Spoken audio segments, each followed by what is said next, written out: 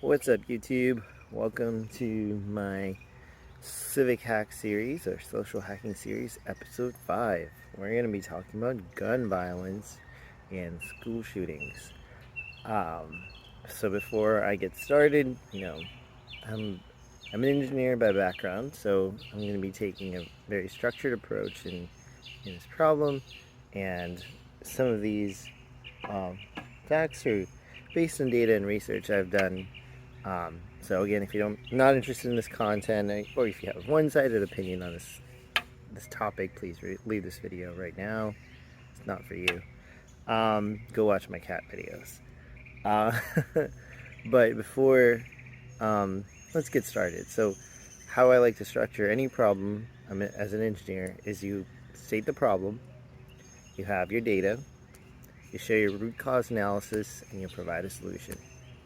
So that's the same format I'm going to be using here. Problem statement. Our problem is that gun violence in the United States and is really high in terms of school shootings. There was one last week in Texas. I'm really sad for those families, and this has happened several times. So I've done. So that's the problem statement. So there's gang-related violence, homicides, and then there's the school shooting. So we're going to be mainly focusing on school shootings in this video. Okay, so that's the problem statement. So the data. So I was curious to see whether what states have the most gun shootings, and basically California has the most gun shootings. I've referenced the study below, the numbers below, but California has the most shootings, I think, since the 1970s. So check that out. That's the numbers right there. So I was also curious to see whether the United States, comparing to other countries, if this was strictly a problem in the United States.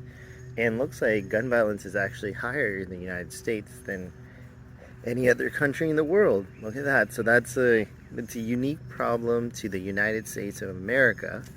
I actually come from India. I've never seen this problem in India at all. I've traveled to Iceland, and in Iceland, there's a lot of people that own guns, and I don't think there's any homicides or gun-related violence at schools at all. So I don't think this issue is a gun. Okay, sorry, this is my opinion. I don't think it's a gun ownership issue, but we'll get to that. So that's the data. So let's go to. What's up? I'm back. Again, so I was stating Iceland in my last thing before I got cut off. So in Iceland, there's not any homicides or any gun-related violence issues. There's very low crime rate in Iceland. So go check out how they've implemented their system. But anyway, back to our issue. So the first question is it the people? Is it the guns? What is it, right? So then now we're getting into the root cause analysis of it. So people, California has a lot of people. India has a lot of people. China has a lot of people. So India has a lot of people, but only a small amount of the population has guns because of the strict gun laws and everything like that. And so gun-related violence is low, right? Same thing with China. So now you can say that the reason that these issues occur is that one is mental health. Kids in schools. Well, let's say if this is happening, the shootings happen because of a kid. They're either being bullied. I went to high school here. I was bullied. And they've probably had other stressors, like other mental health issues, other factors that are playing into their mental health. So schools and, we should be able to try to address the mental health issue before it escalates into a violent situation.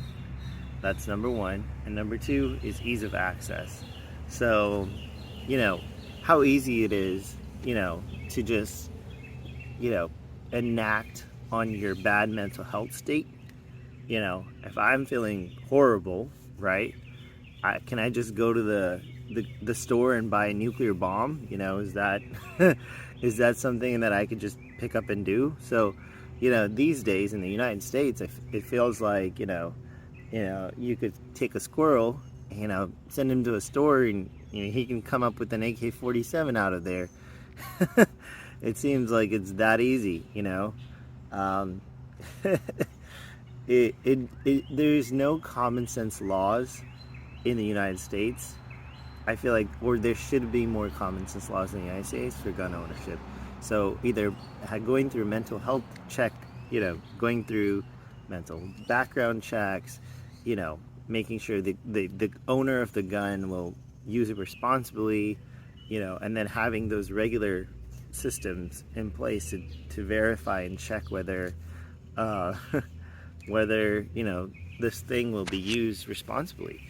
So that's my 2 cents. I think it's ease of access, you know, you know, making sure you've done your due diligence and making sure the owners of the gun will use it responsibly, right? Like, no one checks for knife ownership, and knife related crimes are, I don't know how they are, but um, you know, again, you have to do our due diligence here to make sure that a lot of these crimes don't happen. So anyway, that's my 2 cents. So let's talk about the founding fathers real quick. The founding fathers never really intended guns to be used the way it is used now. Their intention for the Second Amendment was the right to bear arms just in case you have a malicious government. Now, if you really think about that for a minute, if a malicious government really took over, and they have control of the military, the police, and all that, it will be really difficult for the citizens to overthrow that kind of malicious government. But I don't think that's going to happen. So if you also think about, back then, were there any gun shootings or gun violence related crimes when the founding fathers, passed the Second Amendment? It was a different time, different place, and I bet there weren't school shootings in that time, at least that we know of. So I think the times have changed, and then people just have to adapt and change with the times. So, we've been sending people to the moon. A lot of stuff has happened.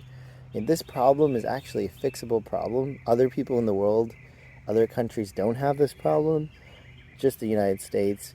So we just have to take politics out of this issue and think through it as a mental health and a gun responsibility / ownership issue, and kind of go from there. Now, maybe there's other solutions, but as of right now, that's all I got. So thank you for watching. Have a good day. Bye.